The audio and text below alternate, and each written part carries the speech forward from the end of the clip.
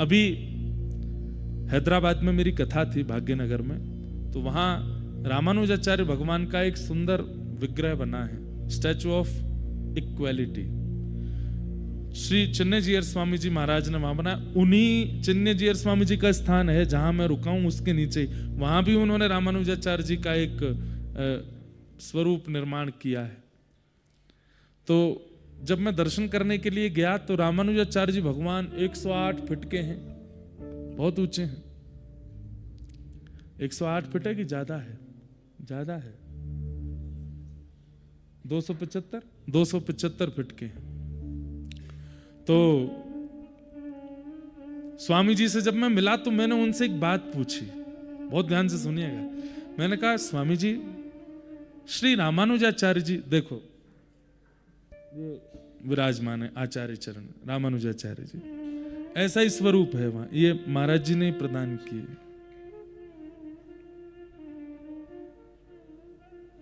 तो मैंने कहा, महाराज जी एक मन में संशय है, आपसे पूछ लूं? तो बोले पूछिए। मैंने कहा, ये दक्षिण भारत है और जब जेठ का महीना आता होगा, भीषण गर्मी, चिलचिलाती धूप आकाश में होती होगी, उस समय पर स्वामी जी के ऊपर जब तेज प्रकाश पड़ता होगा तो कहीं ना कहीं हम तो शिष्यगण हैं, हमें देख करके ऐसा लगेगा कि हमारे आचार्य चरण जो हैं वो ताप में तप रहे हैं। तो आपने ये स्वरूप ठाकुर जी आचार्य चरण का बनवाया, एक सुंदर छत्र भी बनवा देते ऊपर। आहा, कितना सुंदर उत्तर दिया। बोले नहीं, हम शिष्य हैं, हमारा स्वभाव होना चाहिए कि हमारे आचार्य की ऊंचाई असीमित हो। हम छत्र लगा करके उसको रोक ना दें, हम छत्र लगा करके उसको सीमित ना कर दें। हमारा तो भाव ऐसा होना चाहिए कि हमारे आचार्य चरण जितने हो सके आकाश की ओर प्रस्थान करते रहें, जितनी हो उनकी दिशा दसों दिशाओं में फैलती रहे, कीर्ति असीमित हो। उत्तर सुनकर के मेरा मन बड़ा प्रसन्न हुआ। ये एक ऐसा उत्तर था जिससे मतलब प्रश्न करने वाले के चित्त को ठंडक मिल गई, मैं आनंदित हो गया। आज दत्तात्रेय भगवान कहते हैं, मैंने आकाश को गुरु बना करके क्या सीखा? असीमितता। चाहे भक्ति मार्ग में भी हो, उसकी एक सीमा निश्चित नहीं होनी चाहिए। चाहे आप ज्ञान मार्ग में हो, उसकी भी कोई सीमा निश्चित ना हो। आप वैराग्य मार्ग के हो, उसकी भी कोई सीमा निश्चित ना हो। और आप संसारी मार्ग के हो, उसमें भी सीमा मत रखो, उसमें भी असीमित रहो। धन कमाना, कितना कमाना? असीमित कमाओ। नाम, ऐश्वर्य, यश कमाना, कितना कमाना? असीमित कमाओ, सीमा मत रखो। जो व्यक्ति सीमा निश्चित कर लेता है, कहीं ना कहीं उस व्यक्ति को अपने जीवन में बहुत कुछ उतार चढ़ाव अनुभव होते हैं। पर जिस व्यक्ति की कोई सीमा नहीं है, चलते जाना है। एक बात बोलें आपको, अगर व्यक्ति को ना पता हो कि गिरिराज जी की परिक्रमा 22 किलोमीटर की है, तो 22 किलोमीटर चल जाएगा, उसको कुछ नहीं होगा। उसको पता है कि 22 किलोमीटर की है, इसीलिए 18 किलोमीटर बाद, अरे कितनी और रह गई, अभी 3 किलोमीटर और है, अभी कितना और रह गया, कितनी दूर और है। सीमा पता है, इसलिए सीमा के नजदीक आने पर पीड़ा का अनुभव होने लगता है। आज आप धन कमा रहे हैं, मान लीजिए आपने सीमा निश्चित कर ली, इतना धन मुझको कमाना है, तो आपको उतार चढ़ाव, हानि, लाभ सबका अनुभव होगा। इसने मुझे बुरा कर दिया, अरे देखो मेरी यहां रुकावट आ गई, अब यहां मैं रुक गया, अब मेरी स्थिरता आ गई, अब इसने मेरे साथ छल कर दिया, कपट कर दिया, अब मेरे साथ बुरा कर दिया, मेरा समय खराब आ गया। क्यों? अब आपको यह लग रहा है सीमा आने वाली है और जाते जाते रुक जाता हूं। लेकिन असीमितता होगी, सीमा ही नहीं है, तो जीवन में आने वाली दुविधाओं से लगेगा क्या, ठीक है आ जाओ, तुमको भी आना, तुम भी आ जाओ, चल तो रही हैं, राह ही हैं, हम तो राह के, चलना हमारा काम है, चलते रहेंगे, कमाते रहेंगे, जब तक कमाना, कोई सीमा तो है नहीं। किसी भी क्षेत्र में आप हैं, चाहे भक्ति के पथ पर हैं, चाहे ज्ञान के पथ पर हैं, चाहे धन के पथ पर हैं, चाहे वैराग्य के पथ पर हैं, असीमित रहो, सीमा निश्चित मत करो। ये मैंने आकाश से सीखा। आकाश की कोई सीमा नहीं है। समुद्र की सीमा हो सकती है, पहाड़ों की सीमा हो सकती है, नदी की सीमा हो सकती है, दो लोगों की सीमा नहीं है। एक तो आकाश, दूसरा बताओ मन, इसकी भी कोई सीमा नहीं है। एक तो आकाश असीमित होता है और एक इंसान का मन असीमित होता है, इसकी भी कोई सीमा नहीं। आजकल के लड़का लड़की 10-10 लोगों से संबंध रखते हैं, बेचारे वो ऐसा सोचते हैं कि ये निराश्रित हैं, हम आश्रय नहीं देंगे तो कहां जाएंगे बेचारे, भटकेंगे। ये मन कैसा है हमारा, कितने लोगों को बैठा लो इसमें, कितने भी लोगों को बैठा लो, कितनी भी सामग्री बैठा लो, कितनी भी दुनिया बैठा लो, अरे महाराज पृथ्वी कम पड़ जाएगी आपकी, पूरी पृथ्वी पर कम्मा खड़े आओ, पूरी पृथ्वी को भी मन में बैठा लो, तब भी मन कहेगा अब भी खाली हूं मैं और कुछ। अब अमेरिका में लोग बाग जाते हैं स्पेस उसमें बैठ करके जाते हैं, ऐसा मैंने सुना, 15-20 मिनट के लिए जाते हैं, फिर लौट के वो वापस आ जाते हैं। लोग वहां तक भी घूमे आए, उनसे पूछ लो अब मन भर गया तुम्हारा, अब तो कुछ नहीं चाहिए? नहीं, अभी तो मन में बहुत जगह है। कभी कभी ऐसा लगता है कि हो सकता है कि करोड़ों खरबों वर्षों बाद शायद आकाश की भी एक सीमा मिल जाएगी, लेकिन मन की सीमा तब भी नहीं मिलेगी। मन असीमित है। पर मन किस चीज में असीमित है? यही मन सीमित भी हो जाता है कभी कभी। कब होता है सीमित? जब नाम जप करने बैठना हो। कितने नाम करने हैं? बोले 16 माला करो। 15 में ही मन कहता बस अब जगह नहीं बची, कर दो पूरी, अब तो भर गया मैं पूरा, अब और कितनी करोगे? 16 माला होते ही किसी के मन में आता ही नहीं कि 17 भी करनी है, मन कहता जगह ही नहीं है, अब कहां करोगे? मतलब जिस मार्ग से व्यक्ति की बुद्धि को सुधरना हो, जिस मार्ग पर व्यक्ति का सुधराव होना हो, वहां पर मन सीमित हो जाता है। और जिस मार्ग से व्यक्ति को महापापी बिगड़ैल बन जाना हो, यह मन अपनी असीमितताएं खोल देता है, आकाश की तरह हो जाता है। बंधुओं, ये ज्ञान मार्ग क्या करता है? ये ज्ञान मार्ग संसार के विषयों में तो मन को सीमित बना देता है और ठाकुर जी के भजन और ज्ञान में असीमित कर देता है। हमेशा यही लगेगा अभी तो कुछ पाया नहीं, अभी तो कुछ मिला नहीं, अभी तो कुछ किया नहीं। मैंने आकाश से सीखा कि मन ऐसा होना चाहिए जिसकी कोई सीमा नहीं, पर वो असीमितता कहां हो ये गुरु बताएंगे। क्योंकि आज तो हमारी स्थिति ऐसी है कि हम संसार के विषयों में असीमित रहते हैं, पर गुरु कृपा करके ठाकुर जी के भजन में असीमित बनाते हैं।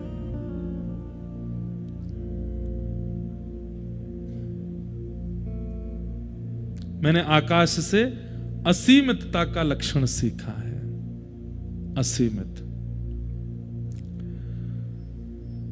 अब मैंने अगला गुरु गिनते जाओ, कितने हो गए? 3 हो गए।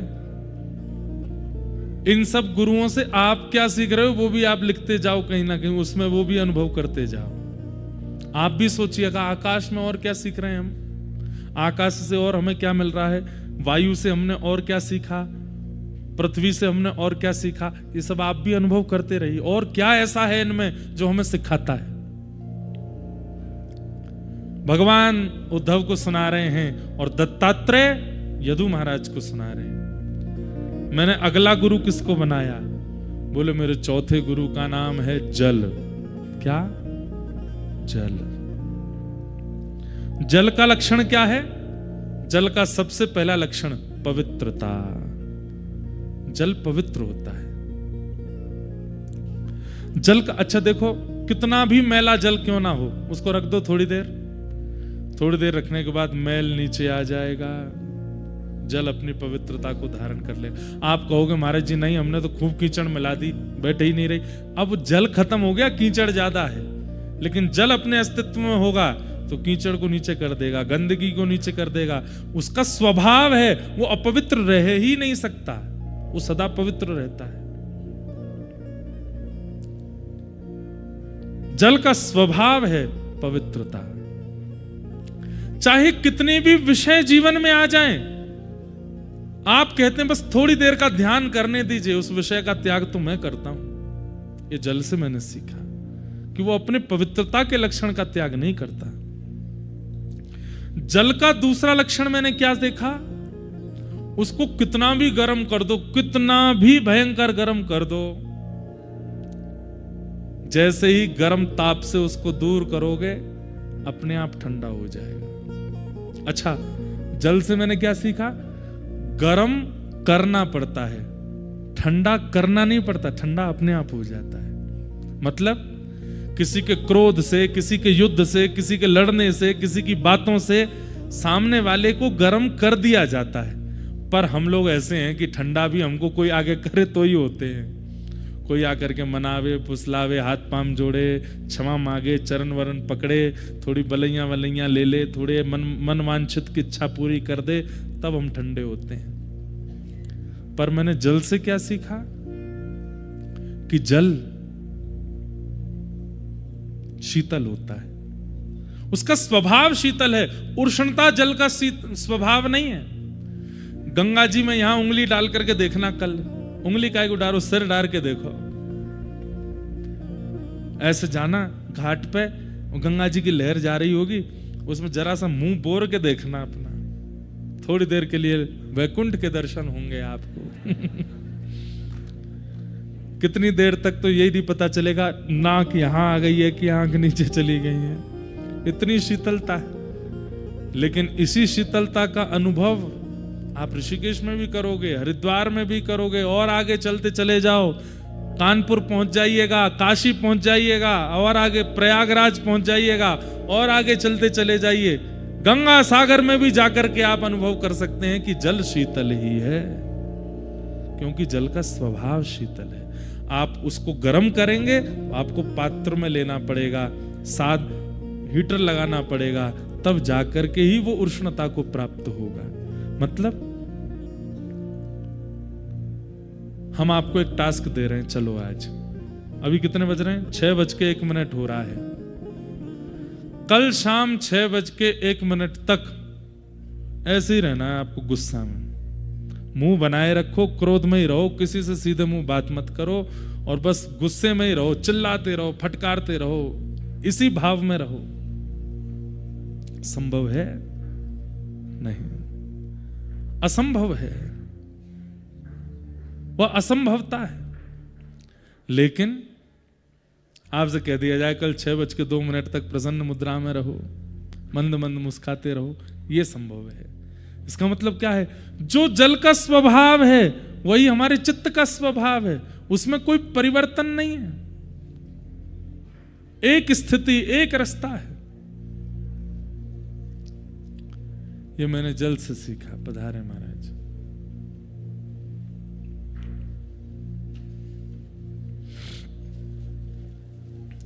पवित्र, शीतल,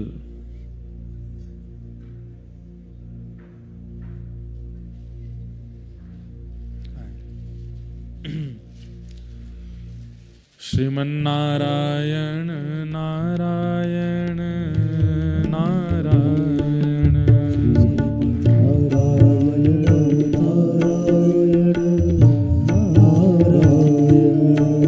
श्रीमन्नारायण नारायण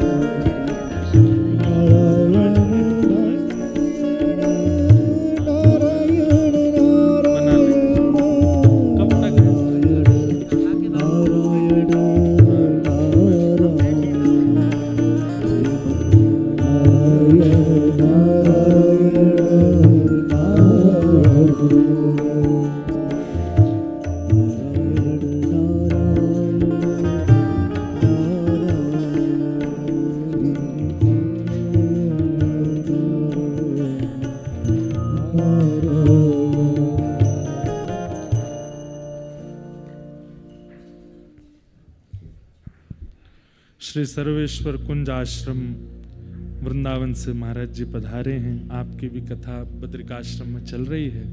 बहुत बहुत आपका अभिनंदन। तो जल से हमने क्या सीखा?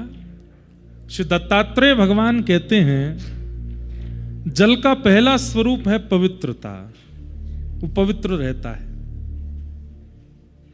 और जल का एक स्वरूप और है, स्वयं भी पवित्र रहता है, और जिस स्थान पर उसका प्रयास किया जाए, प्रोक्षण किया जाए, उस स्थान को भी पवित्र कर देता है। तो जल का स्वरूप क्या है? पवित्र।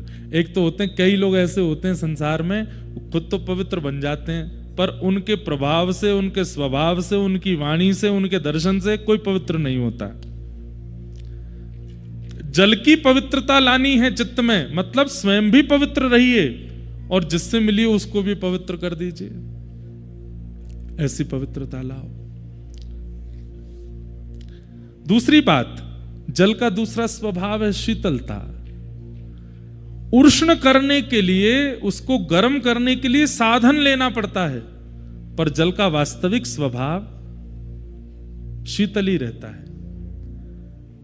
ठीक वैसे ही हम कैसे रहें? शीतल ही रहें, सदा ठंडे रहो, कोई बिल्कुल किसी भी प्रकार से उष्णता लाने की आवश्यकता नहीं। हाँ, कई बार जैसे माताओं को बच्चों को सुधारने के लिए गुस्सा करना पड़ता है, बड़े दफ्तर में काम करते हैं तो अपने नीचे के लोगों को संभालने के लिए थोड़ा क्रोध करना पड़ता है, गुरुजनों को, शिष्यों को संभालने के लिए क्रोध करना पड़ता है, परंतु किसी की व्यवस्था को व्यवस्थित करने के लिए क्रोध करना पड़े तो वो क्रोध गलत नहीं।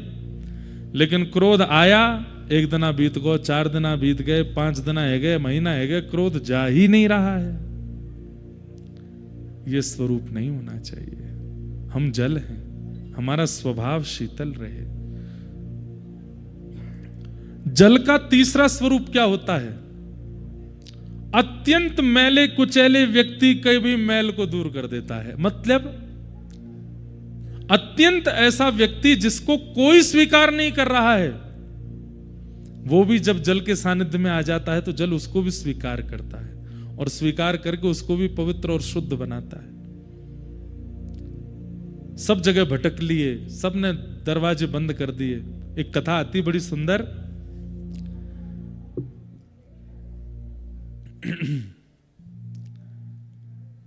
सब लोग इधर देखो, सुनो, जल की भांति बनो। तो जो सुनते जा रहे हो इंप्लीमेंट भी करते जाओ। अब बगल से हल्ला हो, इधर से हो, ऊपर से ठंडक पड़े, कुकड़ी मारने, लेकिन महाराज अपने स्वभाव में ही रहना। सॉल लपेट लो, एक दूसरे की सॉल खींच लो, लेकिन अपनी स्थिति का त्याग मत करो। तो जिस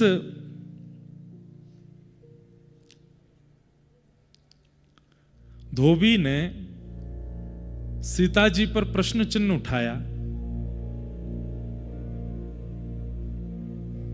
जब भगवान स्वधाम जाने लगे अपनी लीला पूरी करके, तो कहते हैं अयोध्या में जितने लोग थे सबके लिए विमान आया, पर उस व्यक्ति के लिए नहीं आया जिसने हमारी आचार्या पराम्बा जगदम्बा किशोरी जी पर प्रश्न उठाया। सबके लिए विमान आया, सब अपने अपने विमानों पर बैठ करके जाने लगे। तब राम जी ने अंत में कहा, पुष्पक विमान में राम जी और पूरा राम दरबार बैठा। राम जी ने हनुमान जी से कहा, हनुमान एक काम करो। बोले क्या? जाओ देख करके बताओ, कोई रह तो नहीं गया अयोध्या में? सबका विमान आ गया, सब बैठ गए ना? हनुमान जी महाराज व्यवस्था देखने गए, कोई रह तो नहीं गया, सब बैठ गए साकेत जाने के लिए। तभी हनुमान जी ने देखा कि सरजू जी के तट पर वो धोबी रो रहा है। हनुमान जी बोले, तुम क्यों रो रहे हो और तुम विमान में क्यों नहीं बैठे? बोले मेरे लिए विमान आया नहीं। अरे तो तुम्हारे लिए आया, किसी और के में बैठ जाओ। बोले मुझे कोई विमान बैठा नहीं रहा, और मैं किसी में बैठ भी जाता हूं तो वो विमान उड़ता नहीं है, विमान ही कहने लगता है कि ये अनधिकारी है, इसको उतारो पहले।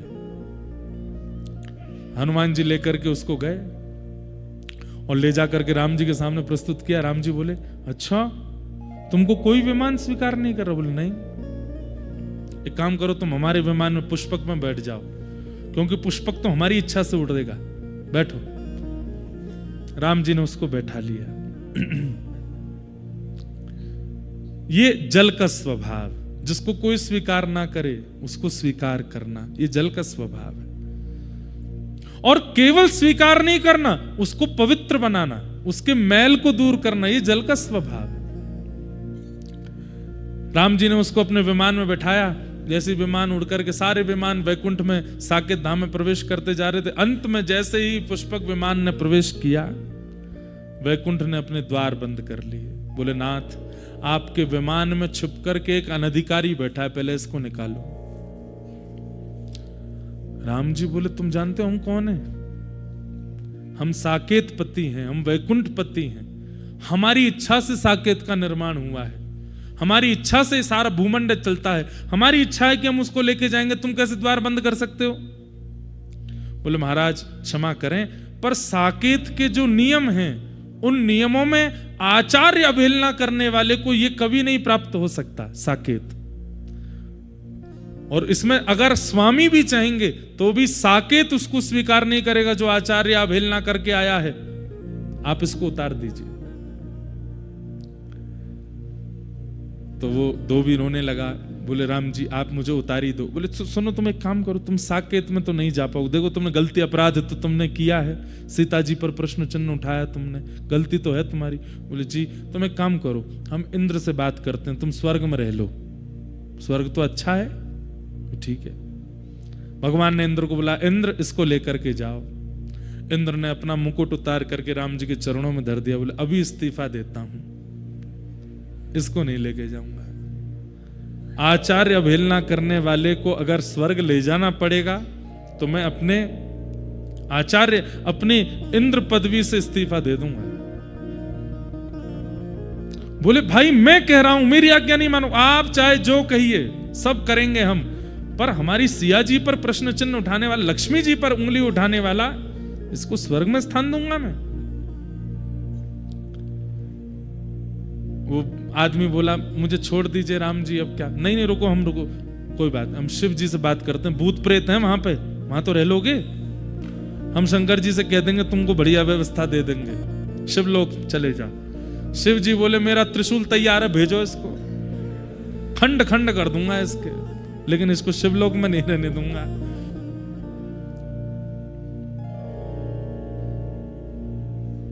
अंत में भैंसा पर बैठे हुए यमराज दिखे राम जी को, तो व्यक्ति रोने लगा। बोले अब तो यही लोक बचा है, यमलोक। हे नाथ कोई बात नहीं, मैं यमलोक ही चला जाऊंगा। नहीं कोई बात, तुम यमलोक चले जाओ, पर यम यातना तुमको नहीं भोगनी पड़ेगी, वहां रहने का स्थान तो मिल ही जाएगा तुमको। हम बोल देते हैं यमराज जी से, यमराज जी। बोले जी इसको तेल में मत पकाना, इसके साथ में उल्टे सीधे काम जो तुम्हारे नरक में होते हैं वो सब इसके साथ मत करना। यमराज जी बोले भगवान आप चाहें जो आज्ञा कर दीजिए, मैं पापियों को ले जा सकता हूं, मैं अपराधियों को ले जा सकता हूं, पर आचार्य अवहेलना करने वाले के लिए तो शब्द ही नहीं है। ये पापी भी नहीं है, ये दुष्ट भी नहीं है, ये राक्षस भी नहीं है, ये उनसे भी गया गुजरा है। सोच लीजिए जब प्रेत लोक में इसको स्थान नहीं मिल रहा तो फिर यमलोक में कैसे मिल जाएगा? मैं इसको नहीं ले जा सकता। सोचिए, आचार्य अवहेलना करने वाले के लिए साकेत लोक से लेकर के यमलोक तक के द्वार बंद हो गए। अरे प्रेत योनि में भी स्थान नहीं मिल रहा है, मतलब प्रेत भी उससे पवित्र हैं जो आचार्यों की अवहेलना करता है। अब वो रोने लगा, मैं कहां जाऊं? राम जी को उस पर इतनी दया आ गई। राम जी बोले रुक। बोले क्या? मैं दूसरा साकेत धाम बनाता हूं, उसमें मैं और तू दोनों रहेंगे। और राम जी ने अपनी भृगुटी टेढ़ी की, एक और साकेत धाम बना दिया, और जैसे ही उसमें ले जा करके रहने लगे, सब देवी देवता प्रकट हो गए। बोले नाथ ऐसा नहीं नहीं, तुम लोग जाओ, चलो यमराज जी तुम यमलोक ही संभालो, शिवलोक ही संभालो, तुम इंद्रलोक ही संभालो, और साकेत रह तू प्रसन्न, मैं नहीं रहूंगा आप तेरे पास। अरे मेरी आज्ञा नहीं मान रहे हो? राम जी को क्रोध आ गया, मैं कह रहा हूं इसको स्वीकार करो, तो क्यों नहीं कर रहे हो? बोले भगवान आप जिद कर रहे हो कि स्वीकार करो स्वीकार करो स्वीकार करो, आपने एक बार भी ये क्यों नहीं पूछा कि ऐसा ये क्या करे जिससे इसका पाप नष्ट हो? संसार में हर पाप को दूर करने का एक समाधान है। बोले बताओ क्या करे ये? बोले अगर आचार्य हमारी सीता जी अगर इसको क्षमा कर देंगे तो इसका अपराध मुक्त हो जाएगा, हम इसको स्वीकार कर लेंगे। तब सिया जी को बुलाया, वो तो राम जी से भी ज्यादा करुणामयी है। सीता जी ने उसको बालक मान के सिर पर हाथ फेरा, हृदय से लगाया और कहा ये तो मेरा वत्स है, मैं इसे क्षमा करती हूँ। जैसे ही क्षमा किया अब तो होड़ लगी। इंद्र कह रहे मैं लेके जाऊंगा, यमराज कह रहे नहीं नहीं मेरे पास आएगा, मैंने कह दी तेल में नहीं पकाऊंगा तुझे। शिव जी बोले बेटा भूत प्रेत तेरी रखवाली करेंगे, चल तू अब शिव लोग चल दे। साकेत बोले ये तो यहाँ रहेंगे। अब सब उनको मांगने लगे। इससे दो बातें प्रकट हुई। पहली बात कि राम जी कितने शीतल स्वभाव के हैं। जल का स्वभाव क्या है, जिसको कोई स्वीकार नहीं करता उसको जल स्वीकार करके पवित्र कर देता है। ठाकुर जी ऐसे ही हैं। बंधुओं, मंदिर में जाने से पहले एक बार अपने आप से पूछिए, क्या हमने ऐसे कर्म किए हैं कि हम बद्रीनाथ भगवान को इस शरीर से देखें? क्या हमने अपने जीवन में बहुत पवित्रता का ध्यान रखा है जो हमको गर्भगृह के बाहर बैठा करके हमसे पूजा कराई जाए? हम उस लायक भी नहीं है कि हम बद्रीनाथ भगवान के सामने खड़े हो सकें, लेकिन फिर भी हम खड़े होते हैं, देखते हैं, दर्शन करते हैं, प्रसाद पाते हैं। क्यों? क्योंकि वो हमारे अवगुण नहीं देखते, उनका स्वभाव जल के जैसा है। सूरदास जी कहते हैं हरि जी मोरे अवगुण चित ना धरो, हरि जी मोरे अवगुण चित ना धरो। हे हरि जी मोरे अवगुण चित ना धरो, हरि जी मोरे अवगुण चित ना धरो। समदर्शी प्रभु नाम तिहारो, समदर्शी प्रभु नाम। हम आपको सूत्र बता रहे हैं सर्दी से बचने का। एक तो ताली बजाओ, दूसरा ऊंचे स्वर में गाओ। महाराज बिल्कुल नए का उजाड़ो नहीं लगेगा, हमें पता है बहुत सर्दी है, लेकिन आप लोग भाव से गाओ। हरि जी मोरे अवगुण चित ना धरो, हरि जी मोरे अवगुण चित ना धरो। हे हरि जी मोरे अवगुण चित ना धरो, हरि जी मोरे अवगुण चित ना धरो। समदर्शी हरि नाम तिहारो, समदर्शी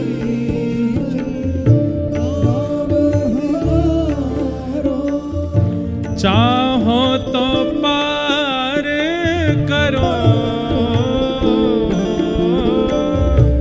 चाहो तो पार करो।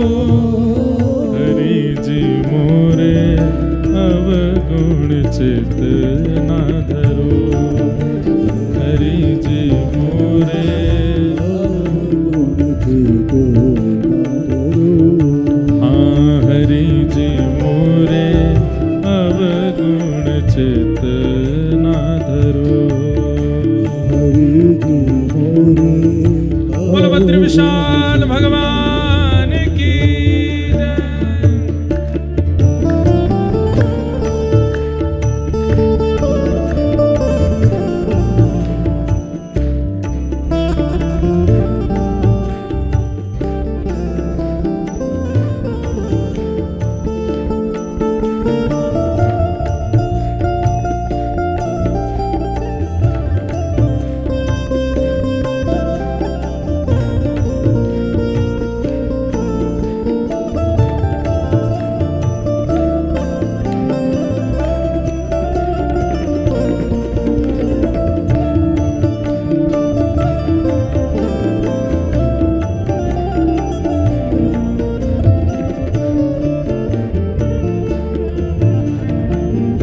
एक नदिया एक नाल कहावत, नदिया एक नाल कहावत, एक नदिया एक नाल कहावत, एक नदिया एक नाल कहावत, मैलो नीर भरो,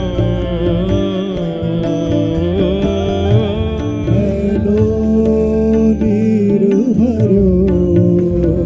एक नदी है पवित्र और एक नाला है जिस नाले में पूरे नगर की गंदगी जा रही है, लेकिन जब मिलके दो एक वरण भय, दो एक वरण भय, जब मिलके दो एक वरण भय, मिलके दो एक वरण भय। तब सुरसरी नाम परो, ओ सुरसरी नाम भरो, गंगा नाम भयो,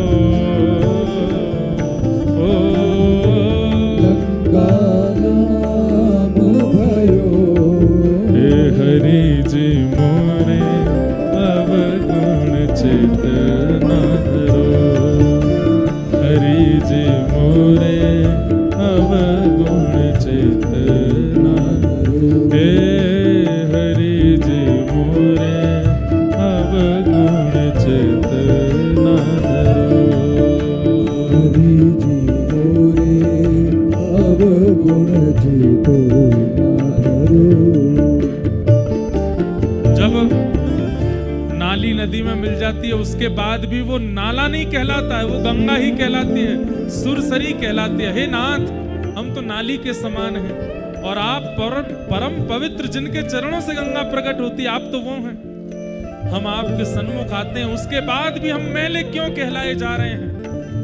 आपके दर्शन हो जाने के बाद, आप में मिल जाने के बाद तो हम भी पवित्र हो जाने चाहिए। नाथ, मेरे अवगुण मत देखिए प्रभु।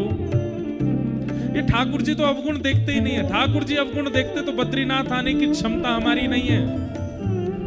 ठाकुर जी अवगुण नहीं देखते, पर हमारा तो काम है प्रार्थना करना।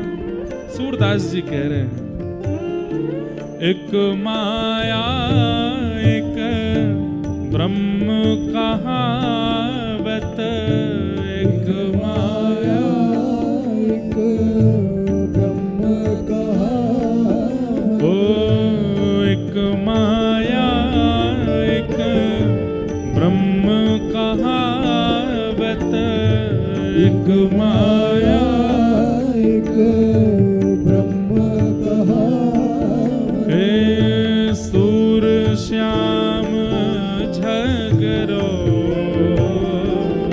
ओ सूर श्याम झगरो, हे अब की बेर मोहे पार उतारो, मोहे पार उतारो, अब की बेर मोहे पार उतारो, अब की बेर मोहे पार उतारो। नहीं पन जात तरो, नहीं बन जात करो, हरि जी मोरे अवगुण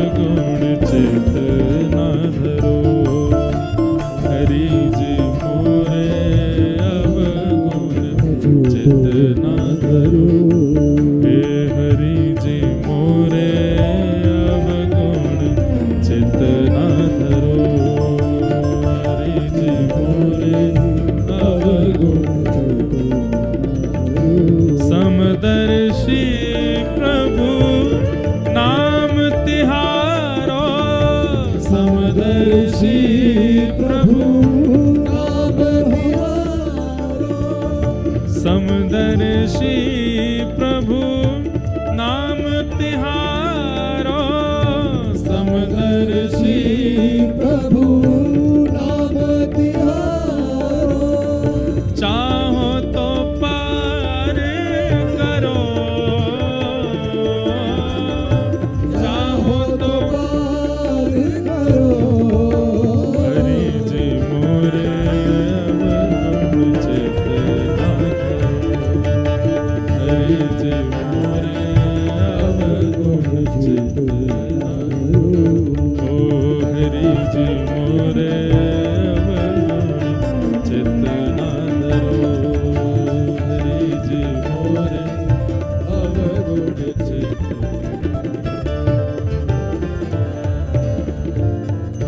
जल का ये स्वभाव है कि वो अयोग्यों को भी स्वीकार करके उनके मैल को दूर करता है।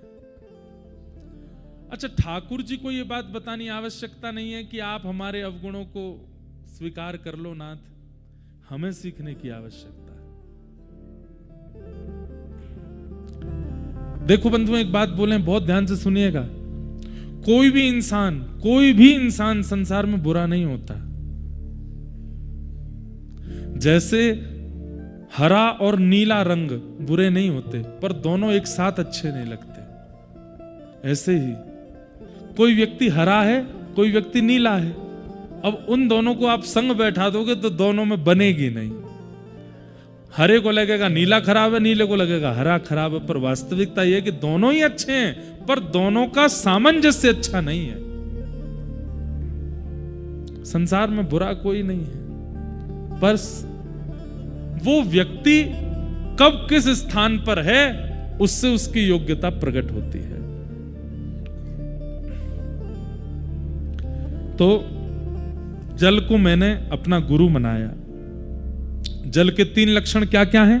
पहला लक्षण पवित्रता, जल का दूसरा लक्षण शीतलता, जल का तीसरा लक्षण अयोग्य को स्वीकार करके उसके मैल को दूर करना। और जल का एक लक्षण और होता है, व्यक्ति अन्न के बिना रह सकता है पर जल के बिना नहीं रह सकता। आप सही बता रहे हैं, 10 दिन अन्न मत खाओ, पानी पानी पीते रहो, मृत्यु नहीं होगी। लेकिन जल का परित्याग कर दिया तो मृत्यु निश्चित है। कहने का अभिप्राय, अपनी योग्यता इतनी व्यवस्थित कर लीजिए कि आपका ज्ञान, आपका भाव, आपकी भक्ति सामने वाले को ऐसे प्रिय लगने लगे जैसे किसी के प्राण। आप नहीं तो प्राण निकलने की स्थिति हो जाए। जल का स्वभाव क्या है? प्राण धारण करता है, प्राणों की रक्षा करता है। बंधुओं, कोई भटक रहा है तो ये भी तो उसके प्राण जा रहे हैं। ऐसे भटके हुए के भी प्राणों की उसको संभालना, वो भी तो प्राण रक्षा है। स्वामी विवेकानंद ने कितनों के प्राणों की रक्षा की, केवल अपने वचनामृत से, अपनी कथा से। ये जल का स्वभाव है, वो प्राणों की रक्षा करता है। अपने गुण, अपने व्यवहार, अपनी बुद्धि, अपने विवेक, अपने शब्दों से ऐसा प्रभाव डालिए कि कोई प्राण त्यागने की स्थिति में हो, आपकी वाणी से उसके प्राणों की रक्षा हो। कोई बिगड़ गया हो, व्यसनी हो गया हो, कुमार्गी हो गया हो, पर आपकी उपस्थिति से वो उन सब का त्याग कर दे। ये भी तो प्राणों की रक्षा है। ये मैंने जल से सीखा।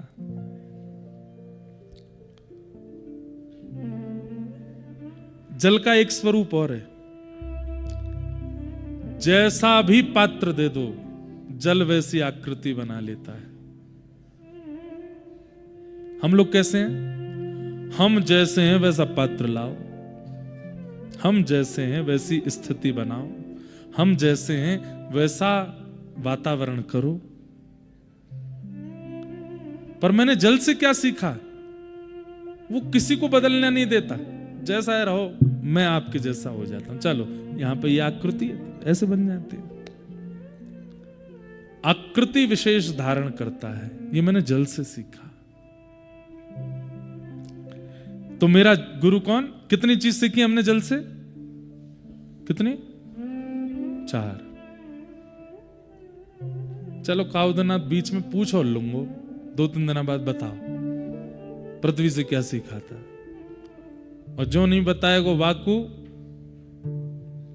वाकू दंड होएगा कि सब श्रोतान को रसगुल्ला खिलाओ। चलो आज ढूंढ के ला भाई, कहां है बद्रीनाथ में रसगुल्ला।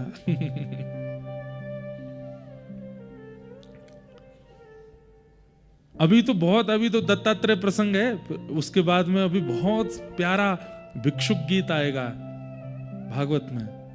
ये वो कथाएं हैं जो हम कथाओं में कहते ही नहीं है। और हम क्या 90% कथा वक्ता नहीं सुनाते।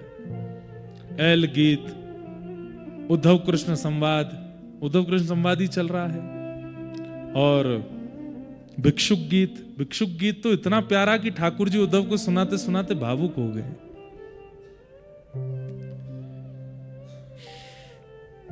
तो जल के बाद मैंने अगला गुरु अपना किसको बनाया? अग्नि। ये कौन से गुरु हैं? कितने गुरु हो गए? ये 5वें गुरु हैं, अग्नि। अग्नि से मैंने क्या सीखा?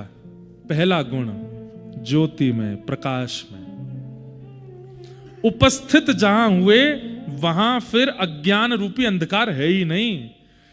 जहां अग्नि उपस्थित हो जाती है वहां अंधकार नहीं रहता। मतलब मैंने अग्नि से क्या सीखा?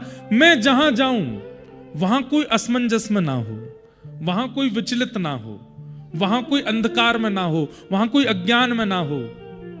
मेरी उपस्थिति वहां के व्यक्तियों के चित्त से असमंजसता को दूर कर दे, अज्ञान को दूर कर दे, विकारों को दूर कर दे, अंधकार को दूर कर दे। ये मैंने अग्नि से सीखा। वो जहां प्रकट होती है प्रकाश कर देती है। अग्नि का दूसरा गुण क्या है? हम सब भटक गए हैं, हम सब खो गए हैं। जैसे शरीर माध्यम है भगवत प्राप्ति का, पर हमने शरीर को माध्यम बना लिया विषय प्राप्ति का। शरीर माध्यम है बद्रीनाथ भगवान की प्राप्ति का, पर हमने शरीर को माध्यम बना लिया। बताओ नेक से तले भय समोसा की प्राप्ति का। समोसा खाना है इस शरीर से। एक जड़त्व स्विट्जरलैंड देखने के लिए शरीर को माध्यम बना लिया। विषय वस्तु के भोग के लिए हमने शरीर को माध्यम बना लिया। इसका मूल माध्यम खो गया है। अग्नि क्या करती है? प्रकाश करके खोई हुई वस्तु को प्रकट कर देती है। रात में लाइट चली जाए, फोन खो गया, नहीं मिल रहा, मोमबत्ती जलाओ, देख लो टॉर्च जला करके मिल जाती है। खोई हुई वस्तुओं को प्रकट कर देती है। मतलब आपका ज्ञान कैसा हो कि जो व्यक्ति वास्तविकता को भूल चुका हो, वास्तविकता से खो गया हो, वो वास्तविकता से अवगत हो जाए, ऐसा ज्ञान। ये मैंने अग्नि से सीखा। अग्नि प्रकट कर देती है खोई हुई वस्तु को भी। अग्नि का तीसरा स्वरूप मैंने क्या सीखा? तेजोमय होती है। दूर से देख लो, दर्शन कर लो, प्रणाम कर लो, दंडवत कर लो, समीप आने का प्रयास मत करना। क्यों? क्योंकि अग्नि का स्वभाव है, वो जलाती नहीं है, अपने जैसा रूप दूसरे को देती है। अग्नि जलाती नहीं, वो तो हम लोग कहते हैं जला है तो वो जलाना ही, पर वास्तविकता में अग्नि क्या करती है? वो जैसी खुद है वैसी दूसरों को बना देती है। उसके समीप जाओगे तो आप भी अग्नि बन जाओगे। अग्नि से मैंने सीखा। और अग्नि का सबसे विशिष्ट गुण, कुछ भी दे दो, लकड़ी दे दो, लोहा दे दो, सोना दे दो, चांदी दे दो, हमें कुछ भी दे दो तो हम वस्तु के अनुरूप अपना भाव बनाते हैं। आपने मुझे स्वर्ण दिया तो हम मंद मंद मुस्का के, अच्छा स्वर्ण दिया। आपने चांदी दी तो थोड़ी मुस्कान कम होगी। आपने नकली लॉकेट दे दिया तो मुस्कान ही नहीं होगी। मीराबाई जब विदा होकर के गई तो जैसे ही अपने ससुराल पहुंची तो द्वार पे इनकी ननद आ गई। तो ननद ने आकर के कहा, भाभी जी पहली बार घर में प्रवेश करोगी, नेक तो दो। तो मीराबाई बोली क्या नेक दूं? बोले भैया ने हाथ वाले नेक दिए, कड़ूला कंगन आप गले वाला दो। मीराबाई बोली ऐसा दूंगी कि जीवन भर आपको याद रहेगा, सफल हो जाएगा आपका जीवन। बोले क्या दोगी? मीराबाई ने तुरंत कंठी माला निकाल करके पहना दी।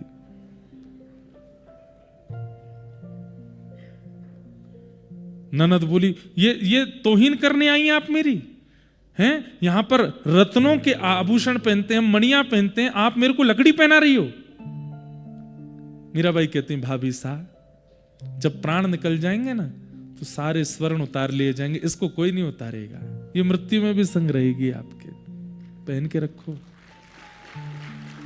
और वो सब तो जीवित अवस्था में शोभा बढ़ाती हैं, परंतु ये तो वैकुंठ में भी शोभा बढ़ाएगी। ये तुलसी है।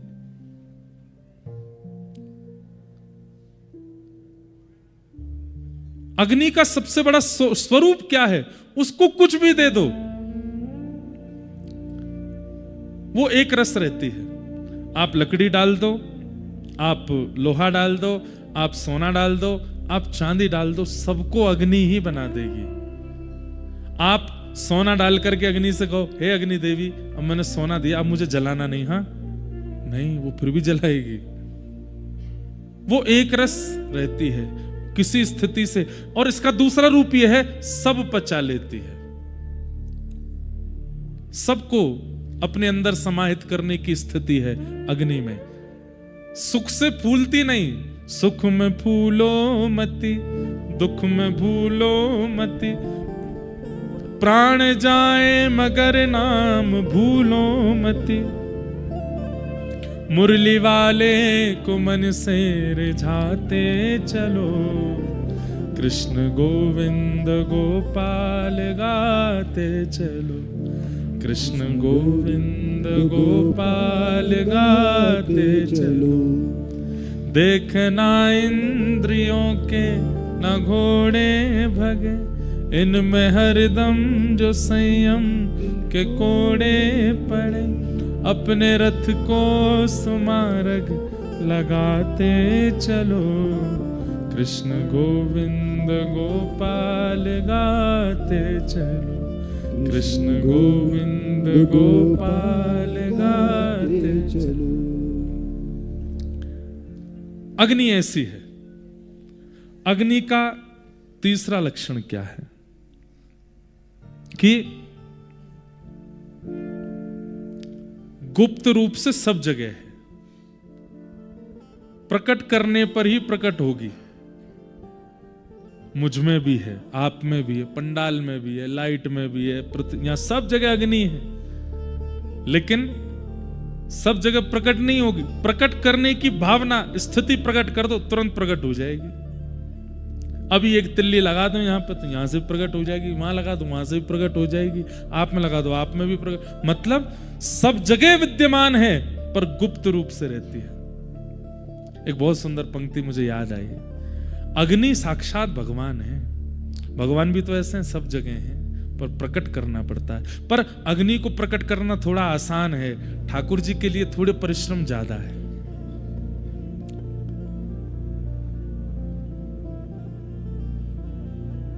किस देवता ने आज मेरा दिल चुरा लिया, किस देवता ने आज मेरा दिल चुरा लिया, रहता था पास में सदा लेकिन छुपा हुआ, रहता था पास में सदा लेकिन छुपा हुआ। जैसे छुपी हुई आवाज है वैसे ही छुपे हुए देवता हैं। रहता था पास में सदा लेकिन छुपा हुआ, रहता था पास पास में सदा, लेकिन छुपा हुआ है। करके दया दयाल ने, करके दया दयाल ने पर्दा उठा लिया। करके दया दयाल ने पर्दा उठा लिया। किस देवता ने आज मेरा दिल, ओ मेरा दिल, मेरा दिल चुरा लिया। गोपाल भट्ट गोस्वामी के पास तो जब से शालिग्राम जी आए तब से ही राधारमण जी थे, लेकिन प्रतीक्षा कर रहे थे कि एक दिन इतना प्रेम प्रकट हो जाए कि मुझे प्रकट होना पड़े।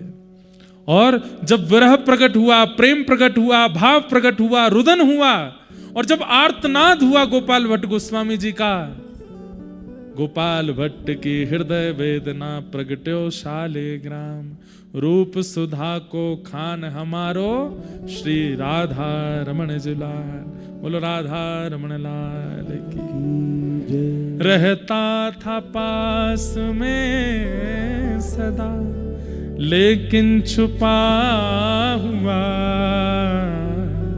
रहता था। आज हम सबके पास भी हैं, छुपे हुए रहते हैं ठाकुर जी, लेकिन हमारी स्थिति, हमारा हृदय, हमारी भावना जिस दिन इतनी तीव्र हो जाएगी, उस दिन क्या होगा? करके दया दयाल ने, करके पर्दा उठा लिया। किस देवता ने आज मेरा दिल चुरा लिया। किस देवता। तो अग्नि सब जगह है, प्रकट करनी पड़ती है। ऐसे ही मैंने अग्नि से सीखा कि सब जगह पहुंच जाना आवश्यक नहीं होता। आओ नहीं, आदर नहीं, नहीं नैन प्रेम, तुलसी तहां न जाइए। बुलाया जा रहा हो, बहुत प्रेम से आदर पूर्वक कहा गया हो, तो ही वहां उपस्थित होइए। उपस्थित होना आपके लिए सब जगह उपस्थित होने के लिए अपने आप को व्यवस्थित रखो। कहीं भी आप जा सकते हो, पर बिना प्रकट किए आपको उपस्थित ना होना पड़े। जबरदस्ती कहीं मत पहुंच जाओ। अग्नि से मैंने सीखा, सब जगह आपका पहुंच जाना जरूरी नहीं होता। जहां बुलाया जाए, जहां आवश्यकता हो, वहीं प्रकट होइए। और अग्नि से मैंने और क्या सीखा? बड़ी, चौड़ी, छोटी, लंबी, हर प्रकार की लकड़ियां डाली जाती हैं अग्नि की समिधा में, पर उनके आकृति के अनुसार अग्नि अपना रूप नहीं बनाती। अग्नि अपने रूप में रहती है, अपने रस में रहती है। मेरे अगले गुरु कौन हैं? मेरे अगले गुरु हैं, कौन से, कितने गुरु हो गए? छठवें गुरु कौन हैं? चंद्रमा। चंद्रमा से मैंने क्या सीखा? चंद्रमा से मैंने सीखा कि चंद्रमा की कलाएं घटती बढ़ती रहती, पर चंद्रमा अपने रूप में ही रहता है। आज कौन सी तिथि है? कौन सी तिथि है आज? है सृष्टि, पंचमी है, सृष्टि है, जो भी है। चंद्रमा की कलाएं घटती रहती हैं। आज षष्ठी कहां से? कल चतुर्थी थी, कल करवा चौथ था ना, पंचमी हुई आज। हाँ, पंचमी है आज। करवा चौथ से याद आई। तो आज पंचमी, अब आज चंद्रमा, कल से और घट गए होंगे, पर उसकी कलाएं घटती बढ़ती रहती हैं, पर चंद्रमा एक रस रहता है। जीवन में कई सारे उतार चढ़ाव और कई सारी ऐसी व्यवस्थाएं आती हैं जिनसे हमारी स्थिति घटती बढ़ती रहती है।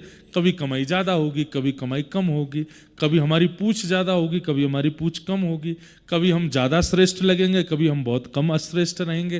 पर इन सब कलाओं के घटने बढ़ने से अपने आप के मूल स्वरूप को आप विघ्न मत कर दीजिए। आप तो रहोगे, सदा रहो। मैंने चंद्रमा से ये सीखा। और एक और बात, मैंने चंद्रमा से क्या सीखा? शरीर छोटा था, युवा हुआ, बड़ा हुआ, वृद्ध हुआ, मृत्यु तक पहुंच गया, पर आत्मा एक ही रूप में रहती है। आत्मा जन्म से लेकर अंत तक वो अपनी कला नहीं घटाती बढ़ाती, वो एक ही रूप में रहती है। शरीर का मोटा होना, पतला होना चलता रहता है, पर आत्मा मोटी पतली नहीं होती। आत्मा तो एक ही रूप में रहती है। ये बात मुझे पता होनी चाहिए कि मेरी आत्मा एक रस रूप में है। इस प्रकार ये आज 6 गुरु ही हम लोग श्रवण कर लेते हैं।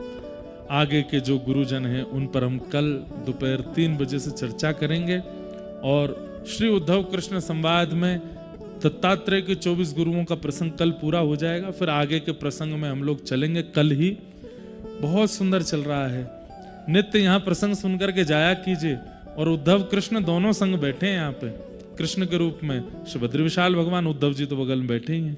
उनका जाके दर्शन किया करो, नित्य प्रार्थना किया करो। ऐसी हमारी आप सबसे प्रार्थना है। खूब आनंद के साथ में कथा चल रही है। कल भी कथा इसी समय पर ही होगी। आप सब लोग 3 बजे तक अपने अपना स्थान ग्रहण कर लें। हमारे लिए परम सौभाग्य है, इतने अवकाश और इतनी व्यवस्थित और इतने कम संख्या में यहाँ बद्रीनाथ में हम आप सब लोग इतना मार्मिक प्रसंग सुन रहे हैं। ये मैं फिर कह दूं, ये प्रसंग दोबारा प्रकट नहीं होगा बहुत जल्दी। इसके लिए तो बद्रीनाथ ही आना पड़ेगा हमें फिर से, तभी ये प्रकट हो सकता है, क्योंकि ये ज्ञान की भूमि है। और एक जानकारी और दे दें। आओ बताओ, हमें पता थी कुछ लिख रहे हो।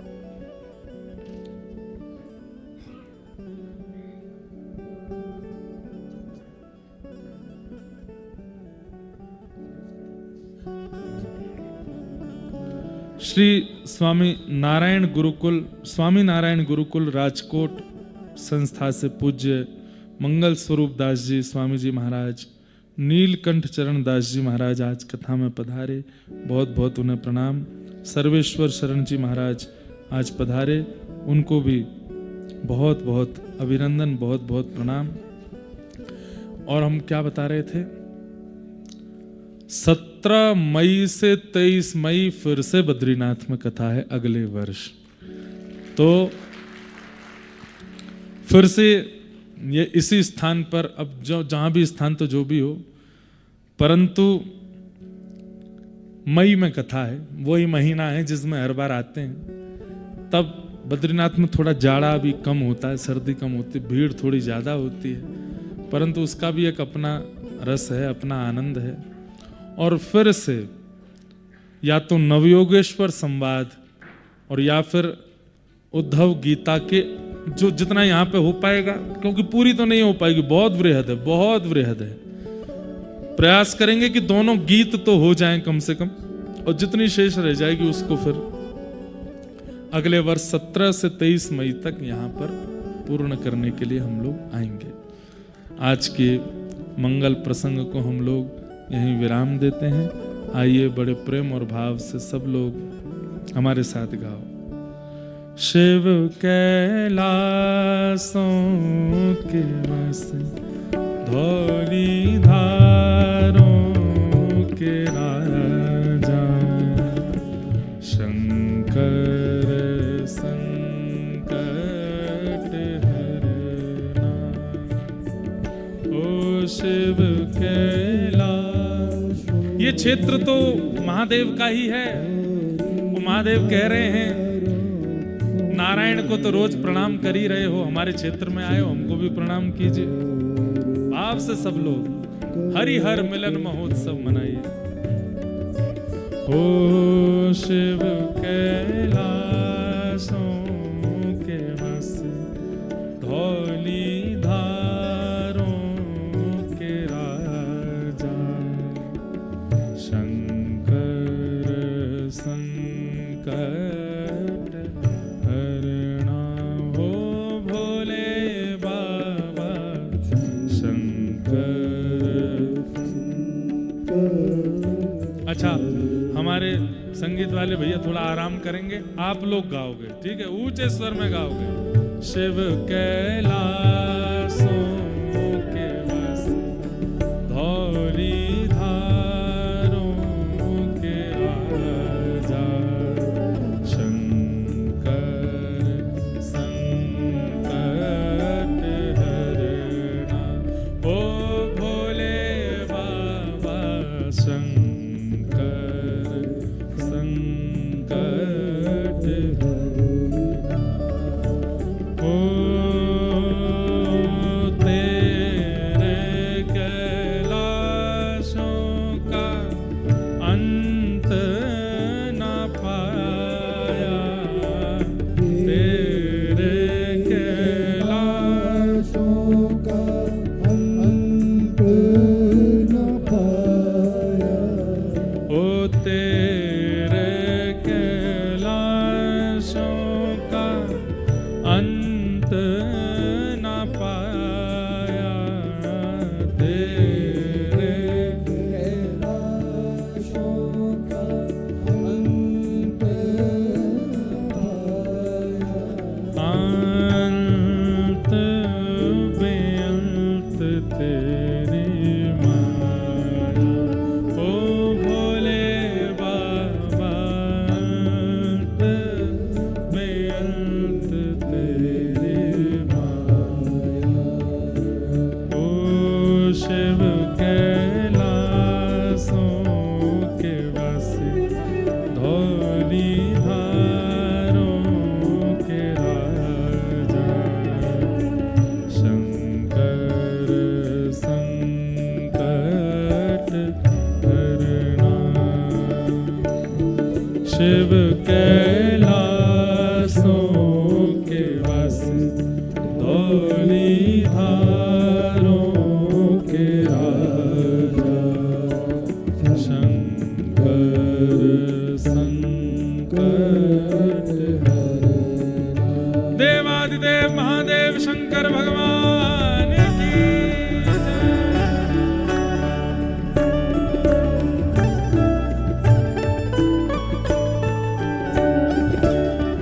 वही 1 2 3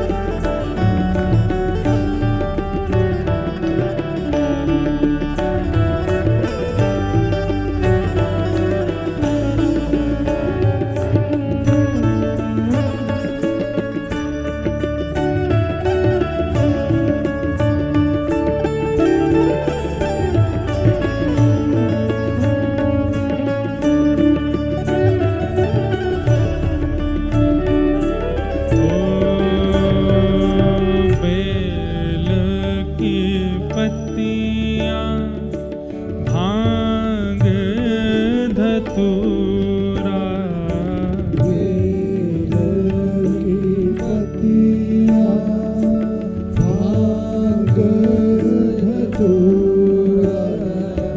बेल की पत्तियां भांग धतूरा। बेल की पत्तियां भांग धतूरा। शिव जी के मन को लुभाए, ओ भोले बाबा शिव जी के मन को भाए। ओ शिव कैलासों के बस धौली धारों के राजा शंकर संकट हरणा। शिव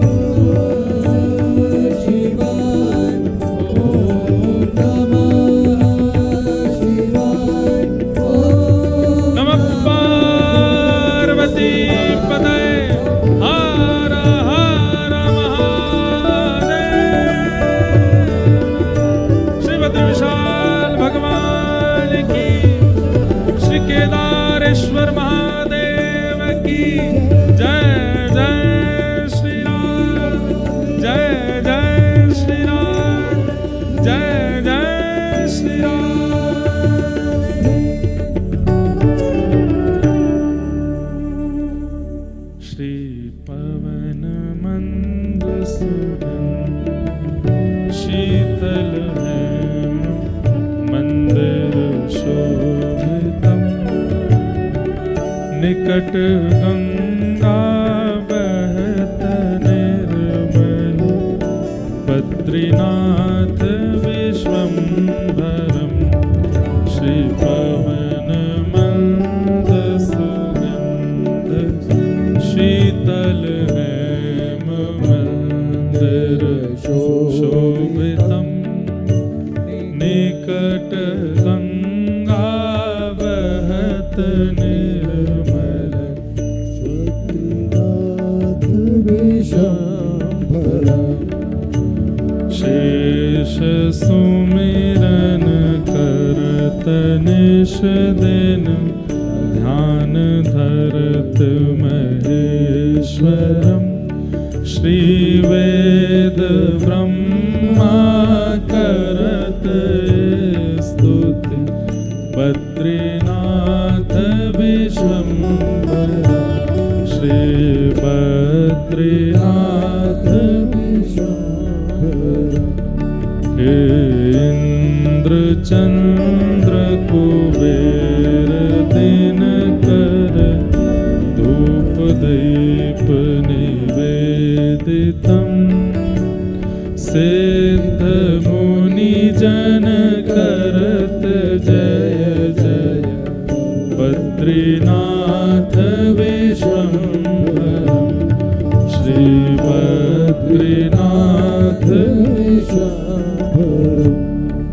हे शक्ति गौरी गणेश शारद नारद मुनि उच्चारणम योग ध्यान अपार लीला बद्रीनाथ विश्वम्भरम श्री बद्रीनाथ विश्वम्भरम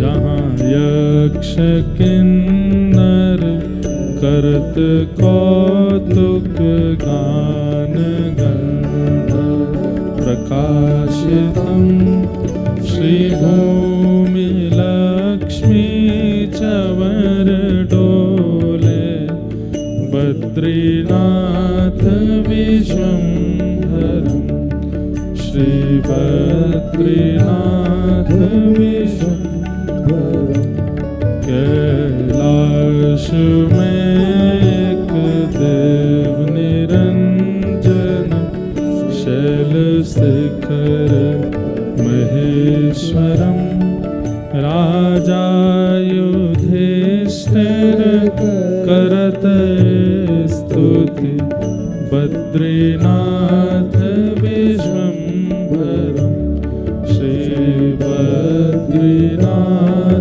विश्वम्भरम श्री बद्रीनाथ जी की परम स्तुति पड़त पाप विनाशनम यहाँ कोटि तीर्थ सुपुण्य सुंदर सहज अति फलदायकम श्री बद्रीनाथ विश्वम्भरम श्री बद्रीनाथ विश्वम्भरम श्री बद्रीनाथ विश्वम्भरम नाना सुगंध पुष्पाणि यथा कालोद्भवानि च पुष्पाञ्जलिर्मया दत्त गृहाण परमेश्वर मंत्र पुष्पांजलिं समर्पयामि। श्री बद्रीविशाल भगवान की जय।